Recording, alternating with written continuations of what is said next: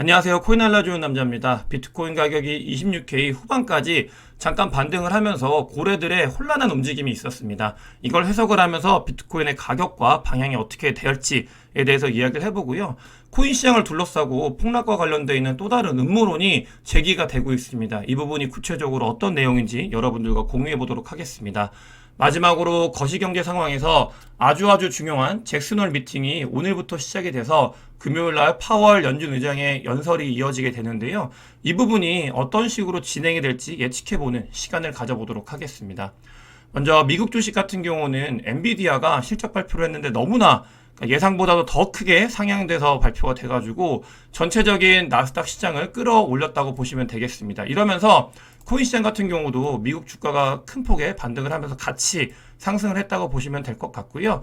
엔비디아 같은 경우는 실적 발표를 했는데 분기의 매출이 20조 원이 되면서 AI가 엄청나게 전체적으로 이제 찐 메타가 됐다라고 볼 수 있고, 또 반도체 관련돼서도 계속 좋을 거다라고 이야기를 하면서 나스닥이 상승을 했습니다. 이 부분 같은 경우는 봐야 되는 건 나스닥 주가는 계속 좋은데 경기 침체 관련되어 있는 지표들도 계속 올라오고 있잖아요. 그렇기 때문에 이 부분 계속 상충이 되고 있고 앞으로도 지속될 가능성이 있다. 이런 것들을 체크하면 될 것 같습니다. 오늘부터 잭슨홀 미팅이 진행이 되는데, 이 잭슨홀 미팅 같은 경우는 1년에 한 번씩 진행이 되고요. 2021년도 8월 달에 잭슨홀 미팅이 진행이 됐을 때 이때는 인플레이션이 단기적일 거다라고 예상을 했지만 그 뒤에 다 아시다시피 금리가 급격하게 상승을 하면서 전체적인 자산 시장이 하락을 하는 모습을 보였고, 2022년도 잭슨홀 미팅 같은 경우도 아직 인플레이션을 더 잡아야 된다라고 하면서 시장에 지속적인 공포감을 조성을 했고, 그 뒤로도 금리 인상을 지속적으로 이어간 모습을 확인할 수 있습니다. 그 뒤로는 한참 전에는 코로나 때도 특수한 상황이기 때문에 돈을 많이 풀어야 된다, 이런 이야기들이 잭슨홀 미팅에서 나왔고, 이 말은 거시경제 상황의 방향성에 대해서 이 미팅이 정해준다라고 사람들이 인식을 하고 있기 때문에 오늘부터 파월 연준 의장이 연설을 하는 금요일까지는 지속적으로 비트코인이나 코인 시장 그리고 나스닥이나 자산 시장 모두 변동성이 커질 수 있다는 걸 염두를 해둬야 되는 부분이고요. 금요일날 파월 연준 의장의 연설 이후에는 거시경제의 전체적인 방향성 이런 것들도 정해질 가능성이 있다라고 보시면 되겠는데, 미리 예측을 하면은 닉 티밀하우스 같은 경우는 연준의 어떻게 보면 비공식 대변이다라고 얘기가 들리는 그런 기자인데 이런 이야기를 합니다. 계속 이야기를 하고 있는 게, 이제는 인플레이션에 관련돼서 금리 인상을 얼마나 더 높게 할 건지가 아니라, 이 말은 금리 인상은 다 끝났다, 대신에 얼마나 오랫동안 이 금리 인상된 부분을 유지할 것인가에 대해서 포커스를 맞춰야 된다라고 계속 이야기를 하고 있어요. 이 말 같은 경우는 연준에서는 인플레이션 관련해서 할 수 있는 일을 거의 다 했다, 이런 이야기가 전해지는 것과 같고요. 봐야 되는 건 첫 번째로 연준에서는 2%의 물가에 대해서 인플레이션에서 엄청나게 강조를 많이 했었는데 이 부분이 이번에도 강조가 될 건지, 왜냐하면 시장에서는 인플레이션 이제 3%로 해야 된다, 이런 이야기가 나오고 있거든요. 그런 부분들을 봐야 되고, 두 번째 같은 경우는 얼마나 오랫동안 금리 인상을 유지할 것인가에 대한 의견들, 이런 부분들을 저희가 살펴봐야 되겠습니다. 거의 막바지긴 하죠. 금리 인상이나 금리를 유지하고 이런 부분들이 경제에 계속 압박을 주고 있고, 국채 금리가 계속 올라가고 있는 부분들을 보이고 있잖아요. 그렇기 때문에 거의 막바지긴 하지만 이 잭슨홀 미팅을 통해서 전체적인 방향에 대해서 살펴볼 수 있다, 이렇게 보시면 되겠습니다.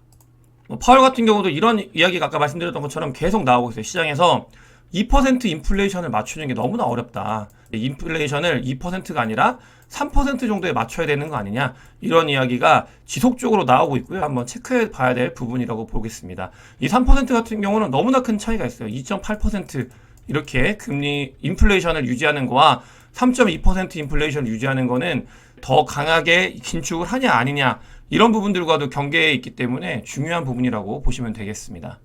코인 시장을 살펴보면 밤사이에 26.8K까지 상승할 모습을 확인할 수 있고요. 다만 이렇게 상승을 할 때는 고래들의 움직임은 별다르 보이지 않고 있습니다.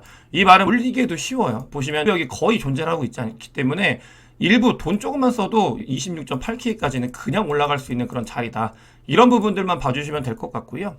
상승한 원인에는 가장 대표적으로는 미국 주식 이 상승을 해서 같이 따라 올라갔다. 이렇게 보는 게 올바른 해석인 것 같습니다. 그럼 그 사이에 고래들은 어떤 움직임을 보였는지에 대해서 살펴볼 텐데요. 고래들 같은 경우는 비트코인 가격이 일부 반등을 살짝 하는 모습을 보이면서 이렇게 반등을 이제 하면서 거래소로 비트코인을 일부 보낸 걸 확인할 수 있습니다. 이 부분 같은 경우는 바로 매도로 이어지진 않고 있지만, 그러니까 매도로 이어질 수 있는 가능성이 있다. 이런 부분들을 봐야 되고요. 다만 여기서 비트코인을 거래소로 옮긴 세력들을 보면은, 그러니까 쇼터몰더들이에요. 3개월 정도 가지고 있던 쇼터몰더들이 비트코인을 거래소로 보낸 걸 확인할 수 있습니다. 다음으로 보게 되면은 그런 단기적으로 비트코인을 거래소로 보낸 고래들 이외에 어떤 움직임이 있는지를 보게 되면 요걸 확인할 수 있습니다. 비트코인을 10개에서 10,000개 정도 들고 있는 이제 홀더들, 이렇게 고래와 상어의 월렛들을 봤을 때 비트코인이 폭락을 했잖아요.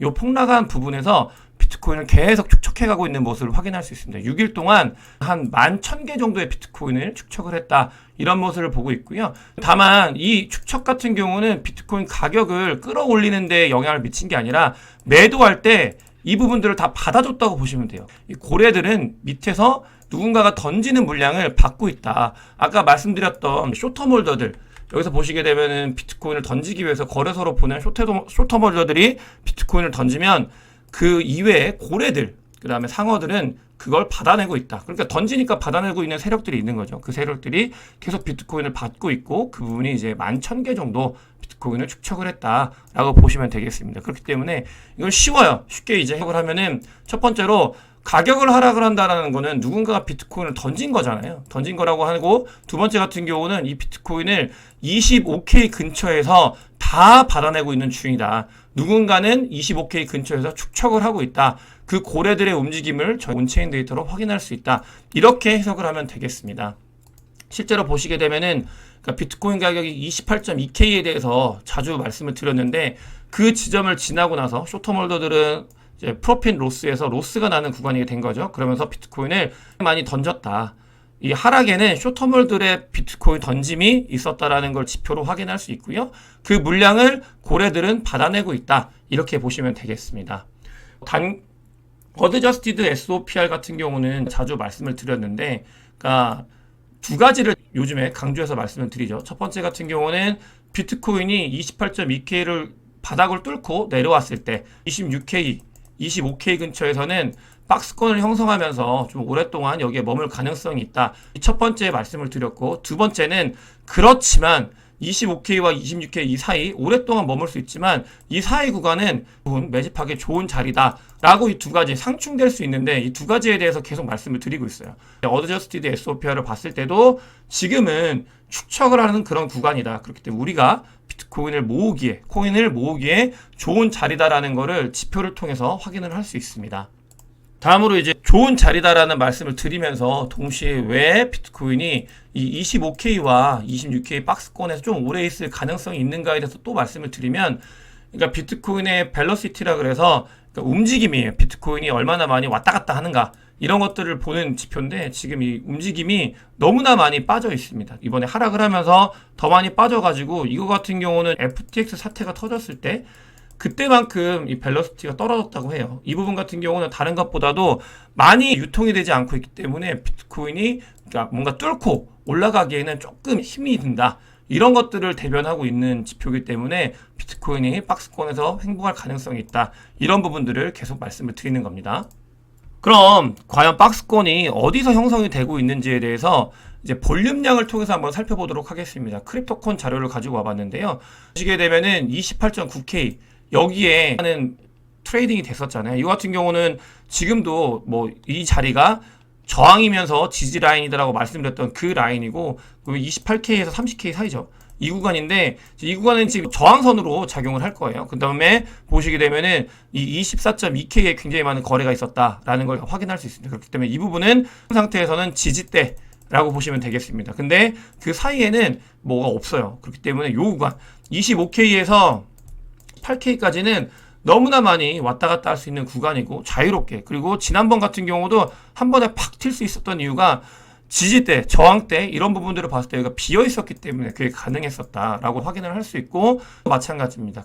25K에서 26K 박스권은 어느 정도 예상을 해야 되고요. 그다음에 8K까지 가다가도 그 위에 저항으로 적용되는 부분이 있기 때문에 이걸 얼마나 뚫고 가는지를 한 번 더 봐야 되겠습니다. 정리를 하면 25, 26은 박스권 구간이고요. 만약에 한 방에 너무나 힘있게 28K를 뚫고 나면은 이 부분은 또 지지대가 될 거기 때문에 그 위에서 놀 수 있는 가능성이 있겠죠. 그런 부분들을 지표를 통해서 확인을 할 수 있다라고 보시면 되겠습니다. 다음으로 코인과 관련돼서 조금 안 좋은 소식을 말씀을 드려야 되는데요. 미국에서 지속적으로 바이낸스를 공격을 하고 있다라고 말씀을 드렸잖아요. 근데 그 부분뿐만이 아니고 미국에서 코인 시장을 건드리고 있는 이유 중에 북한이라는 이슈가 반드시 존재를 하고 있습니다. 근데 북한 관련돼서 미국 정부에서 성명서를 발표를 했습니다. 어떤 발표를 했냐면 토네이도 캐시라고, 그러니까 비트코인이나 코인을 어떻게 보면 자금 세탁을 해주는 곳, 이런 곳이 있거든요. 이 토네이도 캐시가 북한 자금 세탁을 해줬다. 이 부분에 대해서 제재를 할 거다라고 이야기를 했습니다. 이 말은 토네이도 캐시뿐만이 아니고요. 북한 관련되어 있는 이슈가 코인 시장에 계속 지배를 하고 있고, 미국은 그런 암호화폐에 대한 북한 때문에라도 지속이 될 수밖에 없는 그런 부분들을 인지를 해야 됩니다. 리자루스 그룹이 북한의 해킹 그룹인데 수억 달러의 암호화폐를 토네이도 캐시를 통해서 현금화를 했다. 이런 부분들을 까지 봐야 되고, 두 번째 같은 경우는 이겁니다. 지금 FBI에서 추적을 했는데 실제로 비트코인을 많이 들고 있어요. 북한에서. 그래서 이런 부분들이 미국 정부에서는 덤핑이 일어날 수 있기 때문에 조심해야 된다고 경고까지 하고 있습니다. 그런 부분들을 미국에서는 계속 트래킹을 하고 있고, 이런 것들을 저희한테 안내를 하고 있다. 그래서 이 부분 같은 경우는 북한발 리스크가 분명히 존재를 한다라고 인지를 해야 되고, 이 부분은 단순히 이렇게 끝나는 게 아니라 이게 바이낸스로 이어질 가능성이 있습니다. 왜냐? 바이낸스 같은 경우는 북한 혹은 그 다음에 러시아 관련돼서 자금 세탁 관련해서 계속 미국에서 이야기를 하고 있잖아요. 이 바이낸스 이야기가 계속 진행이 될 수 있다. 이런 부분들이 그러니까 비트코인이나 코인 시장의 하락을 유발할 수 있는 첫 번째 음모론이 되고 있고요. 두 번째 같은 경우는 어떤 이야기가 전해지고 있냐면, 바이낸스에서 BNB를 짱펑자오가 지키기 위해서 비트코인을 계속 팔고 있다라는 퍼드가 또 돌고 있습니다. 이거는 비트코인이 하락을 할 때마다 돌고 있는 퍼드긴 한데 많은 사람들이 주장을 하고 있어요. 그 퍼드가 덤핑이 그러니까 비트코인 가격의 폭락을 유발을 하는 거죠. 왜냐하면 BNB를 지키기 위해서 바이낸스에서 BTC를 팔고 있다. 팔고 BNB를 사고 있다. 이 덤핑이 끝나야 비트코인 가격이 28K까지 올라갈 가능성이 있다라고 계속 주장을 하고 있고요. 이거는 그러니까 온체인 데이터나 지표를 트래킹하는 사람들이 지난번에 퍼드가 났을 때도 계속 주장을 했었고, 다만 점펑자오 같은 경우 자기는 아니다. 그럴 일이 없다라고 해명을 했었고, 이번 같은 경우도 또 이야기를 하고 있는데, 지표를 봤을 때 어떤 일이 일어나고 있냐. 폴로닉스에서 BNB CVD가 엄청나게 올라가고 있습니다. 그러니까 BNB, 바이낸스 코인이 가격을 하락을 했을 때 이걸 지키기 위해서 누군가는 엄청난 양의 매수를 하고 있다는 거는 실제 지표로 보이고 있는 거예요. 이 폴로닉스 거래소 같은 경우는 저스틴성과 관련이 있는 거래소고, 저스틴성 같은 경우는 점펑자오와 밀접한 관련이 있는 사람이죠. 그래서 이런 부분들이 엮여서 바이낸스가 자기의 BNB를 지키기 위해서 비트코인을 덤핑하고 있다라는 어떻게 보면 음모론 같은 이야기들이 나오고 있는데, 실제로 지표로 봤을 때도 그런 것들을 뒷받침할 수 있는 자료들이 하나둘씩 나오고 있다. 이런 걸 봐야 됩니다. 아까 말씀드렸던 첫 번째 같은 경우는 북한, 러시아, 중국 관련되어 있는 이슈가 바이낸스를 공격할 수 있는 먹이가 될 수 있고, 이게 코인 시장의 하락을 유발할 수 있다. 이런 부분들이 있고요. 두 번째 같은 경우는 BNB를 지키기 위해서 바이낸스 자체가 비트코인을 덤핑하고 있는 게 아닌가 의심이 된다. 이런 음모론이 시장에선 돌고 있습니다. 아까 첫 번째 음모론 같은 경우는 보시게 되면은 바이낸스에 거래를 가장 많이 하고 있는 사람이 누군가를 봤을 때 중국, 그 다음에 한국 이렇게 지표로 나타나고 있고, 이거는 예전에도 영상에서 말씀을 드렸잖아요. 바이낸스가 왜 한국 사람들을 더 이제 으쌰으쌰 해주고 잘 대해주는지를 나타내는 지표이기도 하다고 말씀을 드렸습니다. 근데 이제 중국 같은 경우는 최근에 외화 반출에 대해서 엄청나게 신경을 많이 쓰거든요. 왜냐하면 중국이 하락하고 있기 때문에.